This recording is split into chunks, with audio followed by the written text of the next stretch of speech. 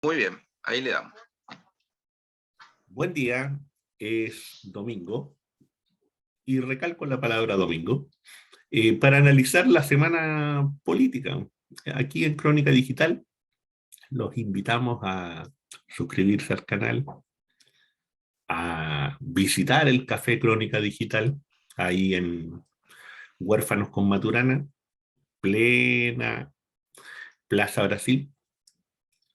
Y estamos con Juan Andrés Lagos, periodista, integrante de la Comisión Política del Partido Comunista de Chile, para abrir esta discusión semanal, pues donde tenemos, ¿no es cierto?, una serie de elementos que se han ido generando en la semana, donde yo diría que lo más importante desde el nivel internacional tiene que ver, ¿no es cierto?, ya con la concreción territorial de, no sé si llamarlo triunfo, pero sí del avance concreto, ¿no es cierto?, en este caso, ¿no es cierto?, de la Federación Rusa y de sus logros o de lo que ellos, su propuesta en el caso, ¿no es cierto?, para el conflicto con Ucrania, cuestión que genera una crisis al interior de la OTAN, cuestión que genera una crisis también económica, ¿no es cierto?, producto del efecto boomerang, cuestión también que acelera y que le da otra connotación a este encuentro de los BRICS, en donde hay una serie de elementos importantes que se han detallado ahí, por ejemplo, la petición de ingreso de Argentina, por ejemplo, ¿no es cierto? También esta idea de venir y fortalecer una moneda distinta a la del dólar, por tanto como un circulante distinto, lo que no es de menor importancia, pensando en que tal vez el elemento más fuerte del control del poder norteamericano a nivel mundial y a nivel geopolítico tiene que ver principalmente con su capacidad y con su moneda. En esa misma lógica, ¿no es cierto? En esta semana también viene, bueno, esta reunión de la OTAN, esta reunión de la OTAN que va a ser en España, en Madrid particularmente, donde Crónica Digital trae una pequeña notita también, que viene y dice que en la misma España, ¿no es cierto?, se va a organizar un encuentro de militantes, activistas, intelectuales, ¿no es cierto?, que cuestionan la labor de la OTAN.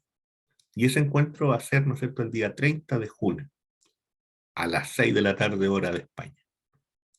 Esa notita está ahí en Crónica Digital. Por cierto, en este mismo sentido, Alfredo Jalife en Bajo la Lupa plantea un paralelo muy interesante entre los resultados de la elección en Francia y, por cierto, el resultado de la elección en Colombia, donde Gustavo Petro, ¿cierto?, eh, logra un triunfo histórico, que yo creo que muchos lo esperábamos, pero no sabíamos si realmente se iba a concretar, pensando en un país, ¿no es cierto?, como Colombia, donde generalmente el centro y la derecha particularmente han sido los que han ejercido el poder durante largos años, por no decir siempre. En ese sentido, ¿cierto? Se abren una serie de posibilidades para América Latina y, por cierto, también abre una discusión dentro de la izquierda y dentro de los sectores progresistas. Esto que está ocurriendo a nivel internacional y que está tan movedizo y que está tan crítico y que son fuerzas en choque, ¿no? Juan Andrés, ¿cómo ves ese cuadro así pintado muy rápido, ¿no? Así como trazos, casi desesperado, diría Sí, yo. sí, Omar, mira, bueno, yo también quiero destacar el tremendo esfuerzo que se ha hecho por el equipo de Crónica, el compañero Katy Pillán, el propio Omar, Iván Gutiérrez, en fin, porque a nosotros hace unos días atrás nos golpearon, nos hackearon fuerte. Sí, Fue un hackeo muy fuerte, muy duro. Costó mucho volver y estamos empezando a volver. Y por algo nos hackean, por algo nos hackean, y por algo nos hackean de la manera como nos hackearon. Entonces yo de verdad que saludo mucho el esfuerzo de compañero Katy Pillán, de ti Omar, de Iván y otras compañeras y compañeros que han estado en estos días concentrados relevantar Crónica, que no les va a ser tan fácil votarla, que les quiero decir a las y los que están en el hackeo, no les va a ser tan fácil, vamos a resistir. Y tenemos claro por qué lo hacen, porque cualquiera podrá mirar la línea de mensaje, la línea editorial, las corresponsalías de Crónica en el extranjero, en fin, y lo que nosotros informamos y quienes escriben, quienes salen, quienes comentan, quienes hablan en este portal, que se hace con mucho esfuerzo, mucho, para que se vea que en realidad es un aporte a este tan reducido pluralismo que más se acerca a un totalitarismo mediático en Chile que otra cosa. Bueno, dicho esto, mira, yo algunas frases para aprovechar los tiempos. Primero, yo creo que en la medida en que pasan los días, se hace sentido de realidad lo que aquí también hemos dicho. Rusia, del punto de vista militar, del punto de vista geopolítico, más que triunfar más que y Rusia desde un comienzo planteó que su objetivo principal es lo que ha dicho el Papa en estos días de nuevo, en una nueva entrevista, resguardar sus fronteras. Eso es, resguardar sus fronteras. El origen de esta guerra, que no es con Ucrania, lamentable y trágicamente el escenario territorial es Ucrania, pero aquí la guerra es, y la detona, Estados Unidos, el imperialismo norteamericano con la OTAN, con los países de Europa, el eurocentrismo, contra Rusia, que es lo mismo que están haciendo, además, en estos días, en el mar de China, en Taiwán, con respecto a China. Y el origen de esta nueva guerra norteamericana, europea, porque no es la primera, si en los 90 hicieron varias guerras de intervención, Libia, Siria, Sudeste Asiático, Oriente Medio, el Cuerno de África, en fin. Es porque lo que decía el Fondo Monetario Internacional antes de la pandemia se ha agudizado, y mucho. El capitalismo salvaje monetarista está en crisis, y como en otros momentos de la historia, Estados Unidos y los países europeos están tratando de revertir esa situación con guerras y trasladando a los países dependientes y periféricos las consecuencias de esta guerra. Lo segundo, que todas las medidas unilaterales adoptadas por los norteamericanos y por Europa de sanciones y castigo económico se están revirtiendo en contra de ellos mismos, de ellas y de ellos, y también en contra de los pueblos más precarios y más subordinados a la economía capitalista mundial. Eso es lo que la FAO, la CEPAL, Naciones Unidas han advertido semanas antes, se agudiza, producto de las medidas unilaterales que ha tomado Estados Unidos y Europa. Y en nuestra región y en nuestro propio país, yo tengo entendido, lo he dicho en otros medios, que nuestras autoridades de nuestro gobierno, particularmente en el área económica, están súper sensibles a lo que está cursando, porque se dan cuenta de que los efectos de esta situación van a seguir golpeando duro en nuestro país en las próximas semanas y en los próximos días. Entonces creo que este es el escenario mundial en ese contexto del triunfo de las fuerzas de izquierda, revolucionarias, progresistas en Colombia. Afirma una tendencia, lo ha dicho el presidente de Bolivia en una entrevista a Página 12, que también la recomendamos. Lo que está ocurriendo es que simplemente los gobiernos de derecha no han tenido ninguna capacidad de mostrar, enfrentar soluciones reales a los grandes problemas sociales, en primer lugar, de nuestros pueblos y de nuestros países, y por lo tanto las izquierdas con distintas diversidades, obviamente, con distintas características, obviamente. En Colombia está en una coalición el Polo Patriótico, Fuerzas Liberales, el Partido Comunes, que es el partido de las Fuerzas Armadas Revolucionarias de Colombia, de la FARC, el Partido Comunista de Colombia también, es decir, una coalición muy amplia. Y en otras partes las coaliciones tienen otras características. Yo creo que empezamos a mirar el escenario desde una perspectiva muy distinta. Se reúne el BRICS en estos días, Omar, tú lo señalabas, se reúne la OTAN, pero ya se reunió el BRICS, y ahí participaron, bueno, la India, China, Rusia, Brasil, Sudáfrica, como tú señalabas bien, Argentina está solicitando incorporarse a los BRICS. Ese es el espacio que, si uno lo mide en cantidad de habitantes, si uno lo mide en las economías de esos países, si uno lo mide en varios aspectos, es la mayoría del mundo, lejos, lejos, ¿eh? Lejos, es la mayoría del mundo. Y el rasgo pertinente de los BRICS es que son potencias que en general su acción concreta lo muestra, tienden a respetar el derecho internacional, el multilateralismo, y un dato clave: no van a intervenir a otros países con guerras como lo ha hecho Estados Unidos y como lo ha hecho Europa en los últimos años. O sea, no estamos hablando de la Segunda Guerra Mundial, estamos hablando de la última década, de los 90 y de las dos últimas décadas. De eso estamos hablando, con guerras y con intervenciones militares directas, no simuladas, directas. Bueno, estas otras potencias, en general, digo, tienden a no hacer eso, y lo demuestra su acción concreta. Por tanto, estamos viviendo un momento bien especial, muy intenso. Yo creo, Omar, que la fotografía de esta semana, que termina hoy domingo, es, por un lado, los BRICS, con esta lógica: derecho internacional, búsqueda de la paz, respeto a las asimetrías en el mundo, en fin. Son potencias, sin ninguna duda son potencias, y actúan como potencias también.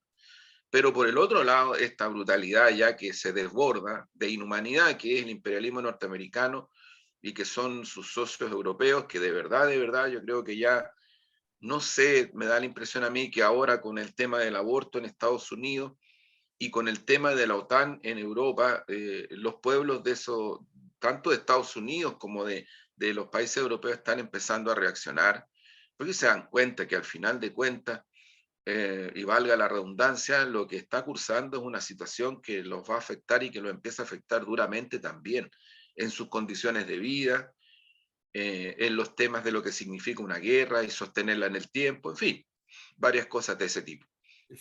Juan Andrés, para complementar, mira, yo agregaría a eso, ¿no es cierto?, el hecho de que el resultado de las elecciones en Francia genera una situación también muy compleja para la OTAN, en el sentido de que dos fuerzas que están instaladas en el Congreso, ambas tienen una crítica fuerte y sostenida al organismo, tanto desde el punto de vista de la izquierda de Melechón como desde el punto de vista de la derecha de Le Pen.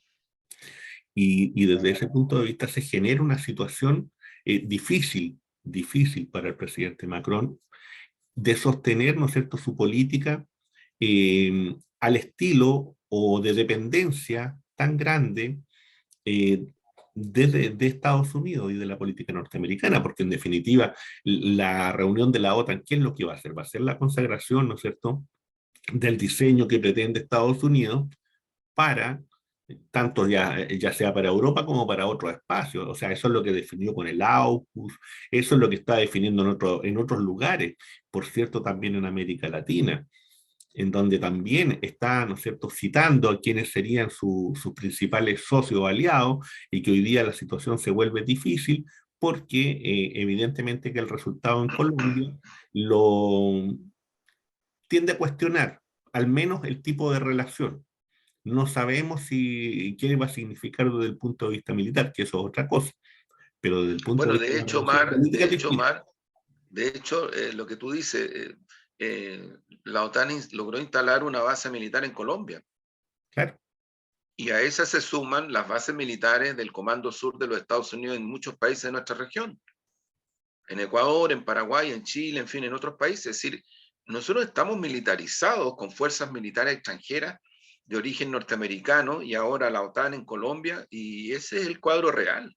Lo demás es una ficción. O sea, es como a veces pasa en algunos países donde tienen fenómenos tan terribles como lo que estamos ahora con el tema de la mafia, el narcotráfico. Yo sugiero una entrevista en ese sentido muy descarnada, me pareció muy buena, del subsecretario de Interior, Manuel Monsalve, en el Mercurio, donde habla de estos temas, habla descarnadamente, y la verdad es que yo hace rato que no había escuchado gente, no me refiero a este gobierno, de otros gobiernos, que hablan tanto sobre estos temas, pero miran para el techo, como que no hubieran sido nunca gobiernos.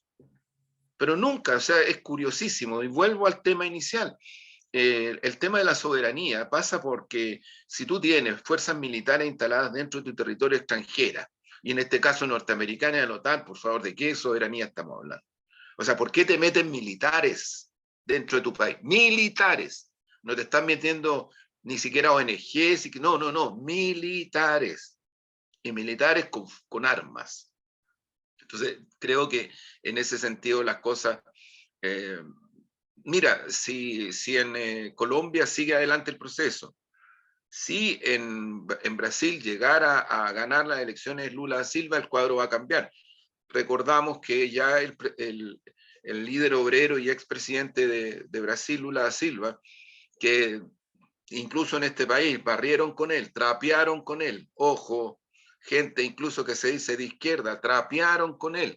Cuando se le fue encima Bolsonaro, lo metieron preso, en fin, nada de eso era cierto, pero los que aquí acusaban a Lula y a su sector de corrupto, no sé qué cosa, deberían un poquito reconocer con cierta vergüenza incluso su descarnada estigmatización de un líder obrero como él. Pero ¿por qué digo esto? Porque Lula da Silva ya dijo, nosotros vamos a empujar en la dirección de una moneda única para nuestra región, para el continente, que no es el dólar. Y por otro lado, hay que recordar, Omar, que la geopolítica del Estado brasileño, que es una tradición histórica, hace que Bolsonaro esté entre los países del BRICS en la reunión reciente, esté instalado ahí, se haya sentado ahí. Y hace también que cuando en la locura de Piñera, la locura de Duque y de otros más, en Cúcuta trataron de pasar la frontera pensando que iban a liberar Venezuela, pues era una locura, con el apoyo del imperialismo yanqui, el ejército y el gobierno de Brasil lo que hicieron fue replegar sus fuerzas militares que tradicionalmente las mantienen a cierta distancia de la frontera que tienen con Venezuela.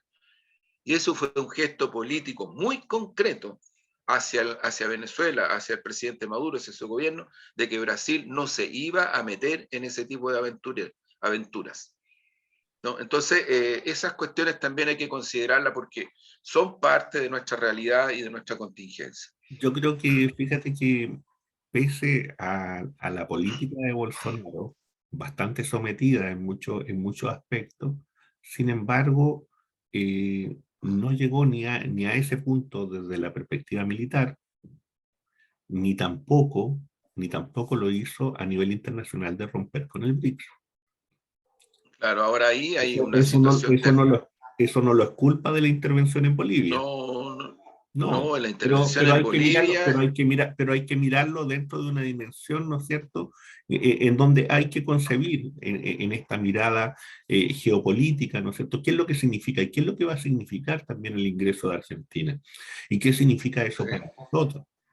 sí, Porque evidentemente perdona, Omar, hay elementos la, importantes.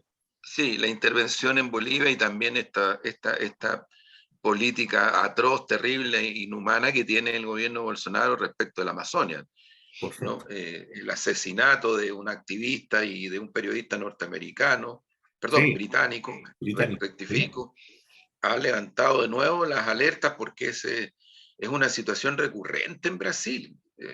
Así como aquí, se recurre al asesinato de activistas y de personas que están por la defensa del medio ambiente. Y bueno, es la política de un gobierno reaccionario y conservador como el de Bolsonaro, ¿no? En ese sentido. Claro, ahora llevando esta situación acá, yo creo que también se da esto que es estos acuerdos marcos, ¿no?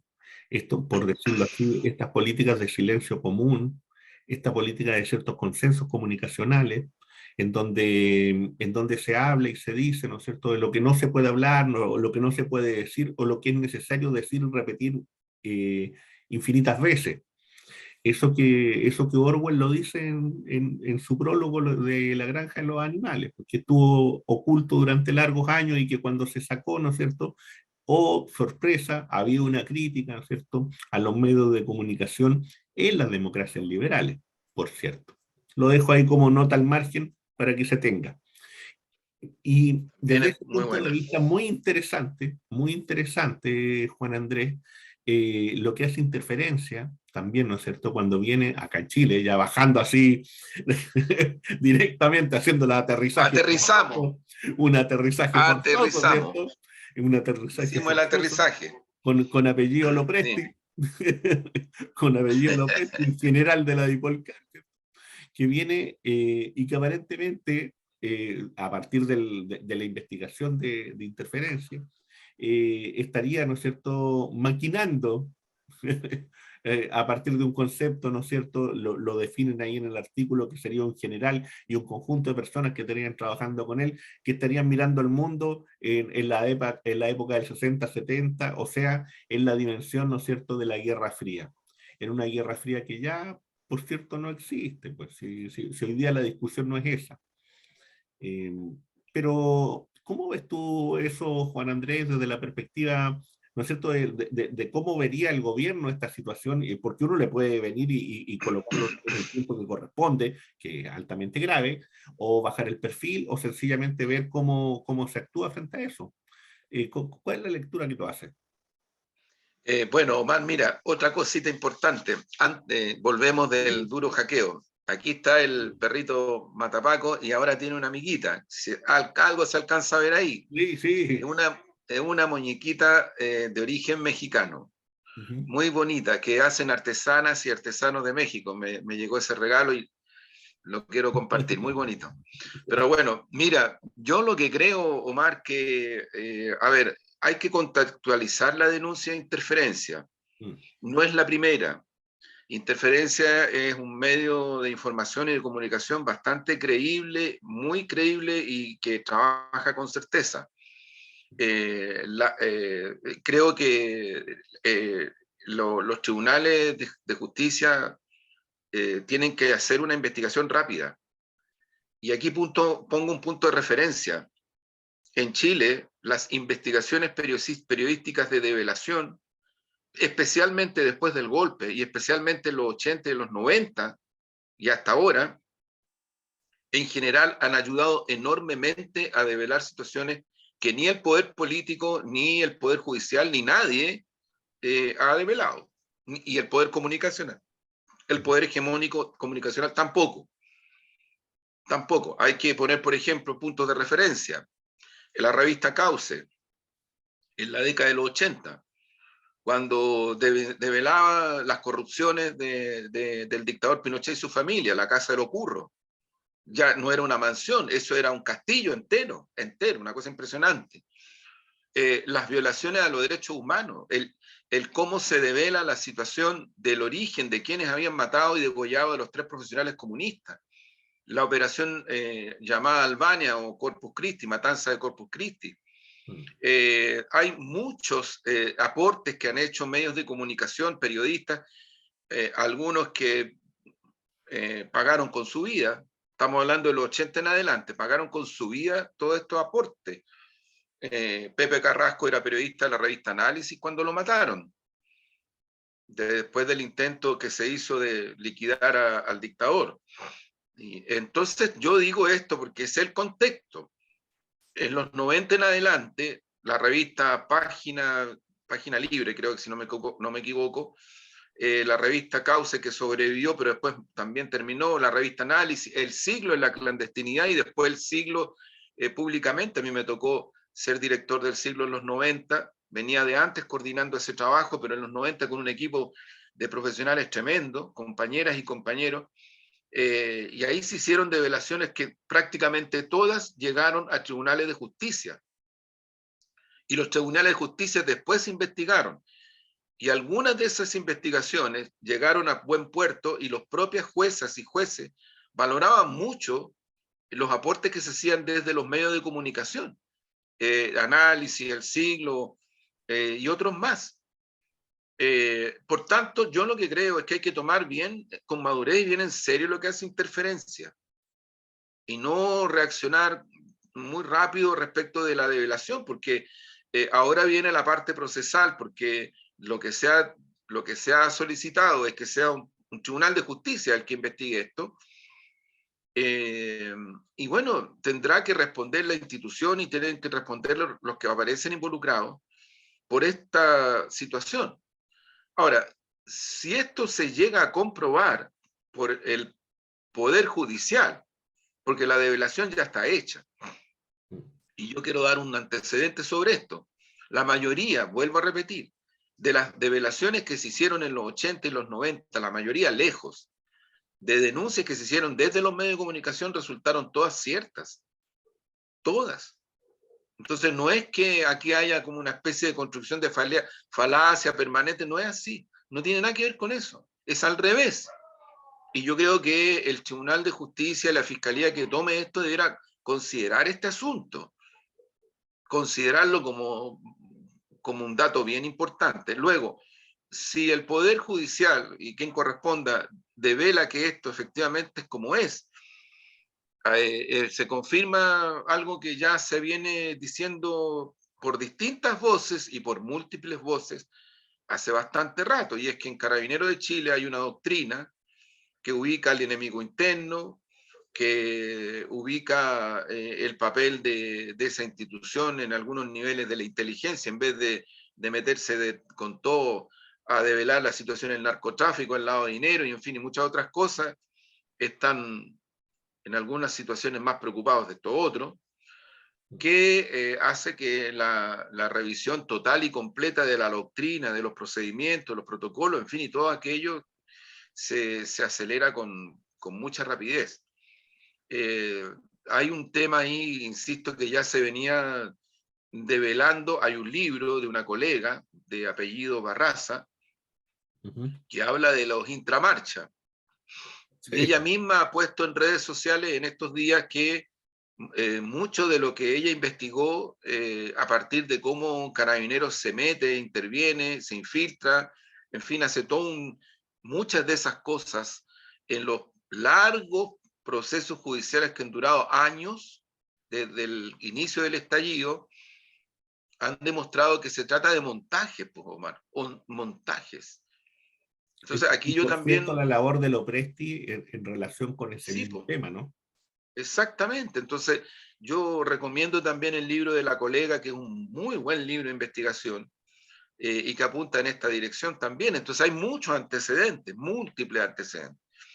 Es extraordinariamente grave para un sistema democrático, más para un sistema democrático que está en el proceso que está con un plebiscito a portas, con una eventual nueva constitución a portas, que tú tengas sistemas policiales que están interviniendo como aparece la denuncia que hace Interferencia.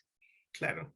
Ahora Interferencia también hace una relación, ¿cierto?, con un personaje como Alexis López y su concepción de la revolución molecular disipada, y que esta teoría o esta construcción, ¿cierto?, ideológica, sería tomada también por este general, y no solamente por él, sino que también uno lo puede detectar en otros medios, en otros espacios. Eh, una construcción a la que habría que dedicarle un programa especial en algún momento dado. Lo dejo simplemente ahí, nuevamente, como otra nota al margen, para quien quiera venir y hacer el seguimiento y observar ese tipo de temas. Lo que uno puede venir, no hay que esbozar, es que esto mismo lo tomó Álvaro Uribe, ¿cierto?, como una propuesta para entender, ¿cierto?, los conflictos sociales. Pareciera ser, ¿no es cierto?, que habría un sector de carabineros que también estaría en eso, y a lo mejor también algún otro sector de las Fuerzas Armadas, no lo sabemos, pero que en definitiva es una lectura que es para discutir, pero en donde establece una lógica de que aquí hay enemigos internos. Claro, es el tema. Mira, lo ha dicho varias veces. Yo creo que se la ha mal interpretado. No comparto esas malas interpretaciones, porque lo ha dicho varias veces con harto fundamento el alcalde Daniel Jadue en este sentido. O sea, la necesidad de un cambio muy profundo en la institución Carabinero de Chile. Apuntan en esta misma dirección. Lo hemos dicho en este espacio. Cuando va Piñera, junto con Alamán y junto con Espina, a Colombia, antes de asumir su primer gobierno, y allá se reúnen y trabajan y procesan con Uribe y con altos mandos militares, en fin, y se trae para acá una doctrina completa que fue el preámbulo de la Operación Huracán, el preámbulo de una acción militar, de mayor militarización incluso de Carabineros, y mira los resultados. O sea, los resultados no pacificaron, no ayudaron a reducir los conflictos, no tampoco ayudaron a generar menos violencia, nada. Y sin embargo, cuando hoy día la derecha levanta la voz para cuestionar lo que se está haciendo desde nuestro gobierno respecto de los temas de narcotráfico, de seguridad ciudadana, en fin, poco menos que como si hablaran de la posición de que ellos nunca han sido poder. Y algo parecido le pasa a gente de la llamada, entre comillas, centro izquierda, que hacen lo mismo. A mí me parece súper extraño eso. O sea, bajo gobierno de la llamada centro izquierda, bajo esos gobiernos, la policía militarizada cometió asesinatos graves de mapuches. Y varios, no uno, varios. Entonces estamos hablando de situaciones que dos relatores de Naciones Unidas en momentos distintos han cuestionado severamente al Estado chileno y sus poderes por judicializar y porque han aplicado y por criminalizar una causa ancestral de un pueblo originario, que es la causa del pueblo mapuche. Entonces, claro que las cosas, yo diría que hay que transparentarlas a fondo, porque si no, como lamentablemente estas voces tienen espacio en todos los medios hegemones, tanto de televisión como escritos, como radiales, y inundan, ¿no? Entonces queda la impresión poco menos de que todo lo que está pasando en este momento en Chile en materia de narcotráfico, seguridad ciudadana, crimen organizado, es producto de este gobierno. Por Es supuesto. impresionante, es Sí, impresionante. sí. Y ocurre que si tú ves en rigor, este gobierno ha hecho mucho más en menos tiempo que lo que hizo el gobierno de Piñera y lo que han hecho otros gobiernos. Porque por favor, yo le pido a nuestra amigas y amigos que nos escuchan y las personas que escuchan, por favor, ¿ustedes creen que el narcotráfico apareció en Chile hace un año, hace dos? O sea, hoy día el subsecretario del Interior en la entrevista del Mercurio transparenta algo que algo había dicho el fiscal general, el fiscal nacional Abbott el otro día. Porque el subsecretario Gonzalo dice, si aquí tenemos la presencia directa, están actuando directamente varios carteles, el de Sinaola, el tren de Ajuara, y nombra uno o dos más. Entonces los golpes que se están dando a esa estructura de crimen organizado y de narcotráfico han sido un proceso intenso para ser trabajado con la Policía Civil, la PDI, y con Carabineros, que son lo que son. Son instituciones que todavía, particularmente Carabineros, no tienen grandes reformas. Se está actuando sobre la base de lo que hay y de lo que son. Entonces, esta posición cretina, la posición cretina de la derecha y de otros sectores que levantan sus voces, creyendo que aquí van a quedar súper bien con la ciudadanía porque exigen mano dura y mano dura y mano dura. Yo lo único que digo es, recuerde, señora, señor, compañera, compañero, amiga, amigo o persona que está en este espacio, recuerde que esas mismas personas han sido gobierno de los 90 en adelante. Y mire en qué estado está el país respecto de estos temas. Este es, en rigor, el primer gobierno de centro izquierda real, y que está adoptando definiciones y acciones como las que se está tomando. Yo me refiero a esta y otras, pero en esta, y se están tomando con mucha prontitud. Sí, se han cometido errores, claro que sí, pero se han enmendado. Y hoy día se está trabajando con muchas comunidades en la octava y en la novena sobre el tema de la devolución. Y se acaba de hacer un anuncio que a mí me parece súper importante porque no anuncia algo que se va a hacer. Lo que dice es que ya se está haciendo devolución con las comunidades. Y ese proceso va a seguir. Y va a seguir tomando intensidad en calidad y en cantidad. Entonces creo que ahí en ese sentido la dimensión de la realidad es bien importante. Yo respeto absolutamente, incluso con mucha atención, quienes pueden decir, mire, de acuerdo, todo eso está pasando, pero yo también tengo críticas y yo también tengo propuestas y yo desde una visión distinta creo que a lo mejor el estado de excepción acotado no es el mejor camino. Bueno, conversemos, pero estamos enfrentando los temas. No esta posición, insisto, cretina, de verdad, que no es solo de la derecha, sino que de otros sectores que no sé con qué fundamentos, ni sé con qué argumentos son tan destructores de lo que se está haciendo y que en verdad requiere, más que eso, requiere grandes acuerdos nacionales. Oye, Juan Andrés, y en esto mismo, bueno, la semana también trajo consigo, ¿no es cierto?, el revuelo a partir del cierre, ¿no es cierto?, de Ventana, y de cómo se hizo esto a nivel comunicacional, y de la reacción de los trabajadores, y de la reacción del mundo político también a partir de eso, pero que también trae de fondo, ¿no es cierto?, si uno lo mira en el tema de fondo aquí, lo que hay, ¿no es cierto?, es el hecho de venir y colocar sobre el tapete el tema, ¿no es cierto?, en definitiva, eliminar, sacar, eh, tratar de sacudirse de esta idea, ¿no es cierto?, de las zonas de sacrificio. Y, y en ese sentido, ¿cierto?, uno podrá venir y decir si se hizo bien o medianamente bien, si la forma en que se planteó era la correcta o no, eh, y que también eso trae consigo, ¿no es cierto?, una discusión donde la izquierda, por cierto, sale al tapete, la sacan a la pizarra. ¿Y en qué sentido digo que la sacan a la pizarra? Porque la izquierda clásica ha planteado la relación capital-trabajo. Y evidentemente que cuando entran a jugar otro tipo de elementos, se produce una discusión que es ideológica, se produce una discusión que es política práctica, ¿no es cierto? Y en donde el gobierno también tiene que ir dando sus explicaciones, y en donde la sociedad civil también reacciona frente a esto, ¿no? ¿Cómo tú ves ese proceso, Juan Andrés? Bueno, mira, volvemos un poco a lo mismo de antes.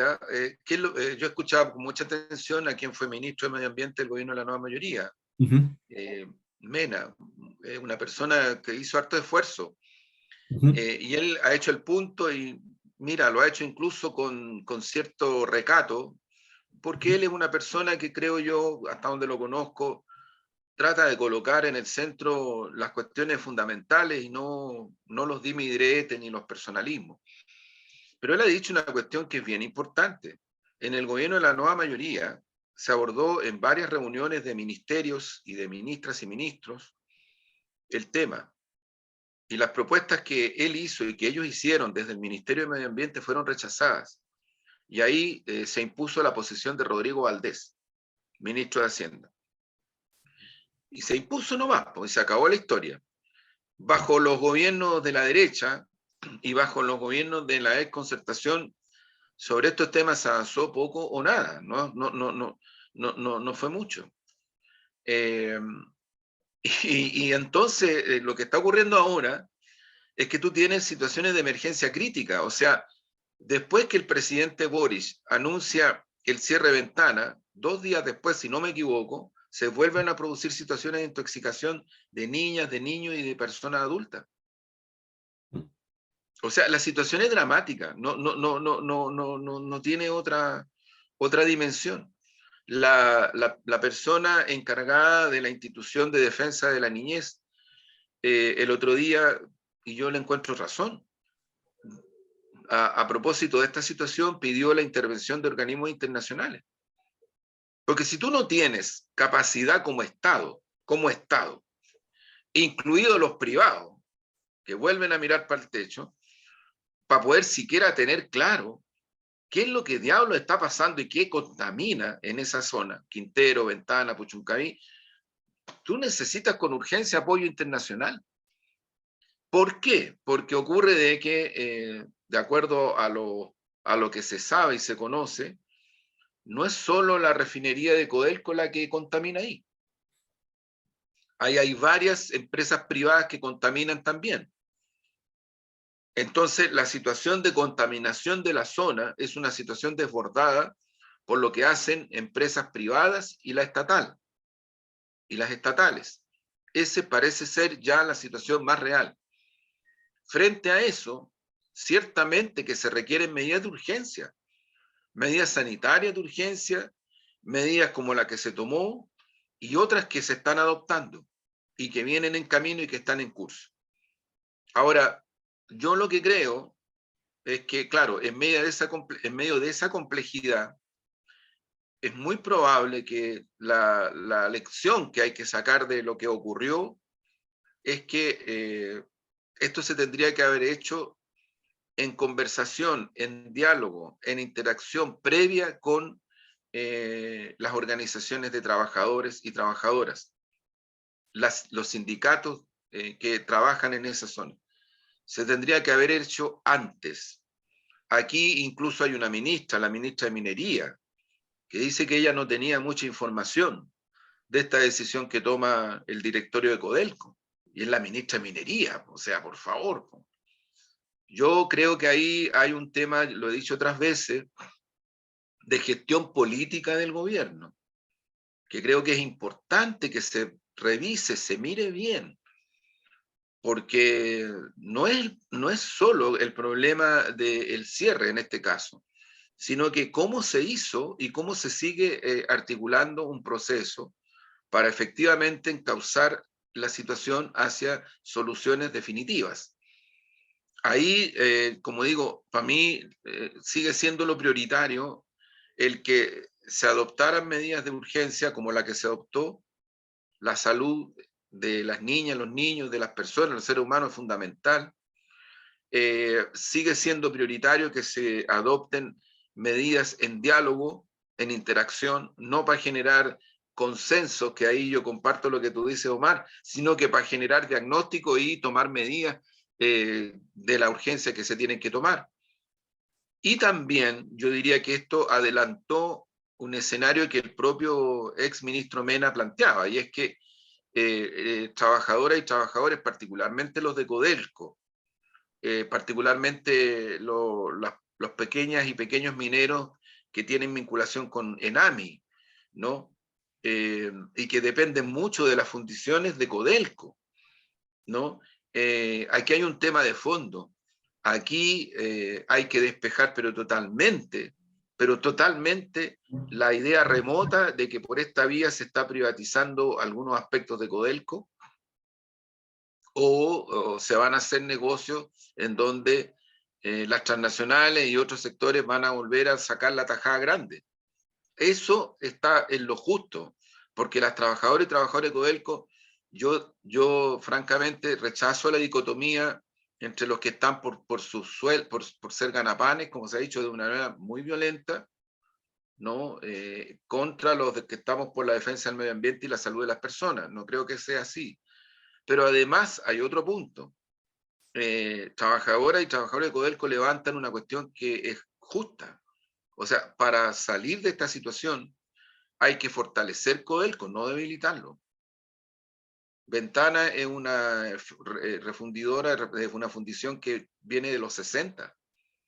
De los 60. Entonces, creo que ahí hay un tema que debería ir avanzando y despejándose en esta mesa que se constituyó. Podría haber sido antes, en verdad, y esa es la lección que hay que sacar. Hay que sacarla de una vez. La gestión política gubernamental tiene que tener otras características.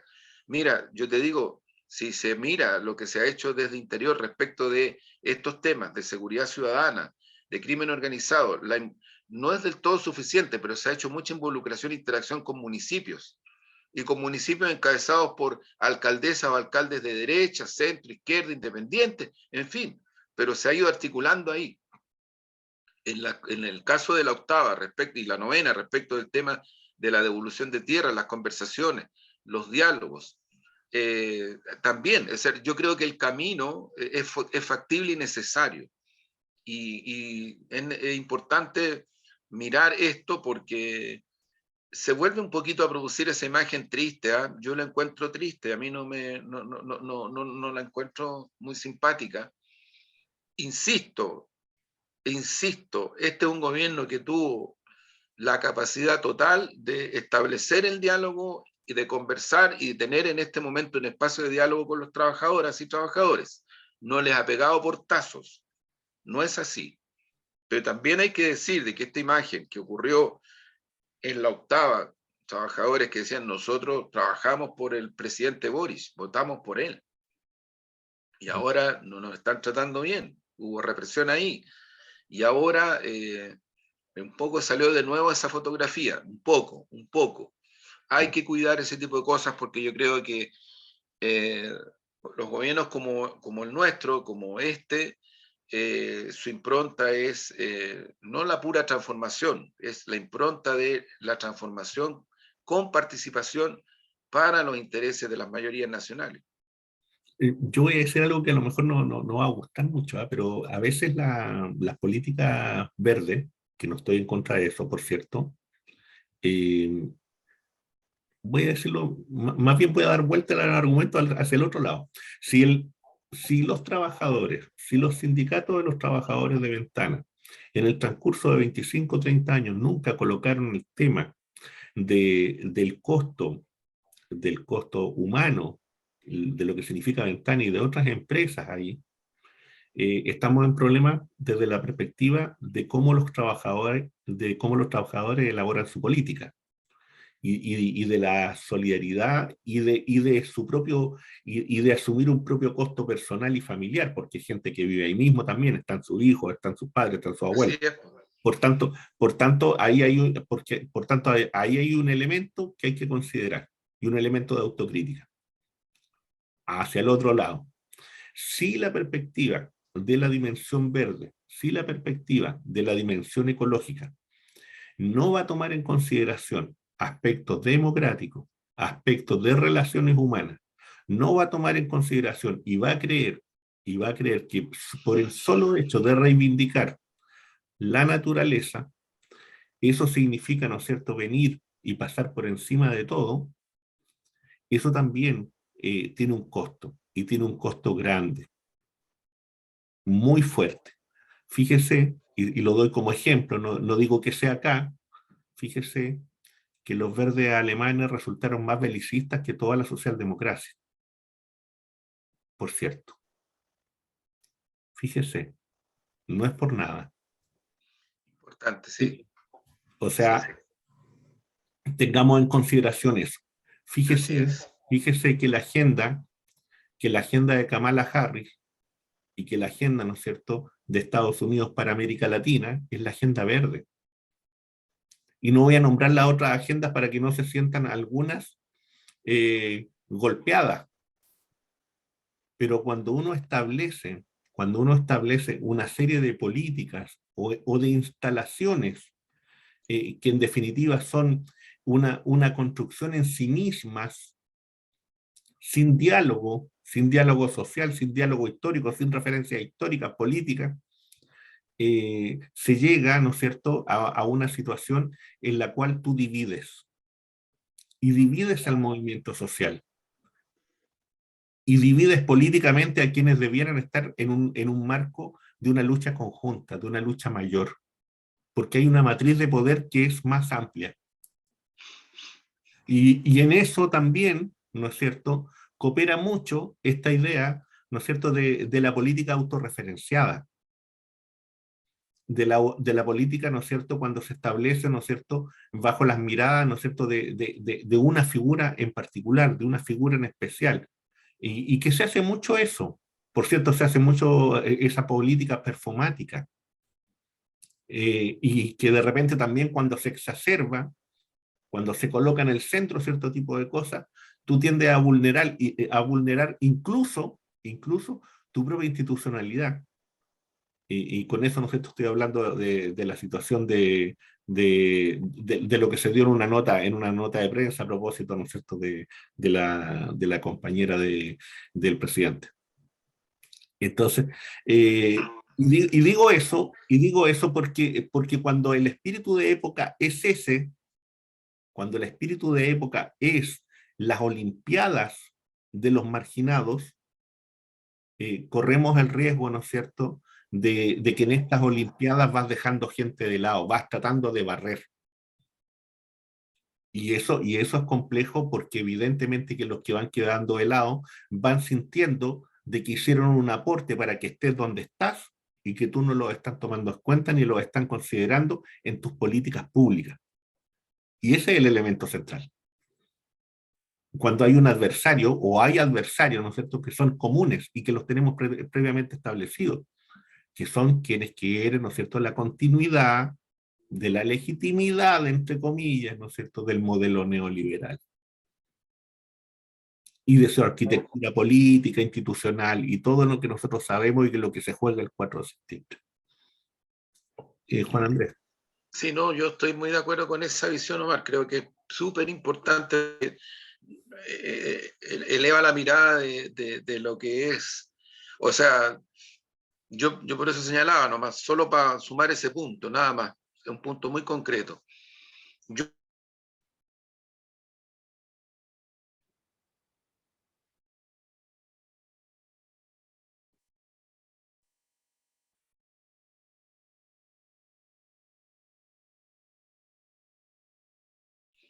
que hoy día puedan, con tanta premura y con tanta ligereza, asumir ciertas cosas que aparecen como de defensoras del medio ambiente o de sectores sociales, en fin. Yo creo que sí, acá se han cometido errores, hay que decirlo, pero los errores son parte de un proceso donde las cuestiones sustantivas están puestas en el centro, y eso es lo que yo rescato de esta semana en esa parte. Y atento a la poesía, a la poesía. Sí, pues atento para ir cerrando, ¿no es cierto? Para ir cerrando.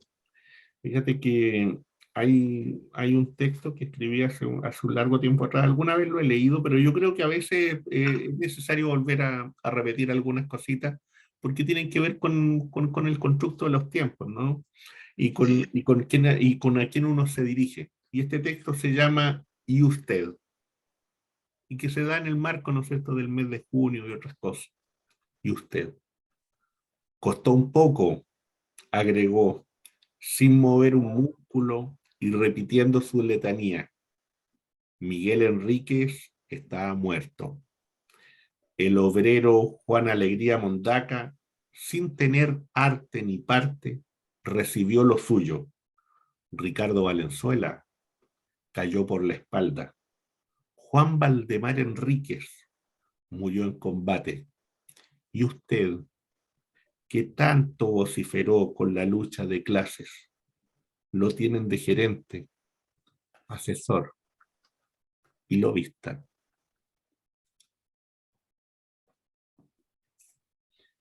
Para reflexionar, Omar. Muchas Sí, gracias. sí, sí, Para para que esté reflexionar. ahí Y, a propósito del 4 de septiembre.